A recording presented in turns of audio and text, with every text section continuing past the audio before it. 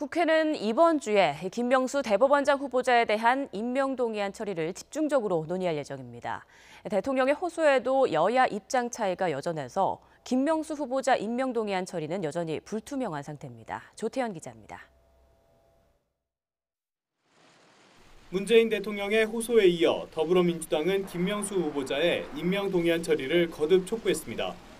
인사청문회에서 도덕적으로, 사상적으로 아무런 결격 사유가 드러나지 않은 만큼 야당이 임명안 처리를 막을 이유가 없다는 겁니다. 특히 청와대와 마찬가지로 사법부 수장의 공백 사태를 이유로 들며 야당을 강하게 압박했습니다. 1948년 정부 수립 이래 국회 동의 절차 지연을 이유로 사법부의 수장이 공석이 된 적은 단 한 번도 없습니다. 대법원장 후보자에 대한 인주는 정쟁의 대상이 될 수 없습니다. 반면 제1야당인 자유한국당은 대통령의 입장 표명에도 여전히 싸늘합니다.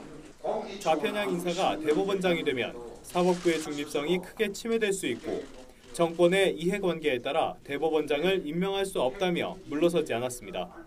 사법 권력을 장악하고자 하는 의도에서 비롯된 것으로 볼 수밖에 없습니다. 순수한 인사가 아니라 국민과 국회와 싸우더라도 반드시 이겨야 하는 싸움으로 임하는 것으로 보입니다. 캐스팅 보트를 준 국민의당은 추미애 대표의 사과를 거듭 요구했습니다. 다만 김희수 헌법재판소장 후보자 부결 사태 이후 지지 기반인 호남 여론에 신경을 써야 하는 만큼 찬성과 반대의 사이에서 고심을 거듭하는 분위기입니다. 일단 김 후보자에 대한 본회의 표결에 들어가면 의원 자율투표에 맡기겠다는 방침입니다. 과연 김명수 후보자가 사법개혁을 잘 이루어낼 수 있는지, 수장으로서 균형 잡힌 생각을 가지고 전체를 이끌 수 있는지 이 두 가지 기준을 가지고 자율적으로 판단하여 본회의 표결에 임할 것입니다.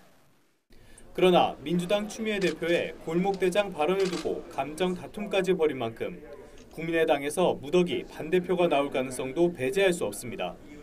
결과적으로 김명수 대법원장 후보자 임명안 처리가 문재인 정부 첫 정기국회 최대 분수령이 될 것으로 보입니다. YTN 조태현입니다.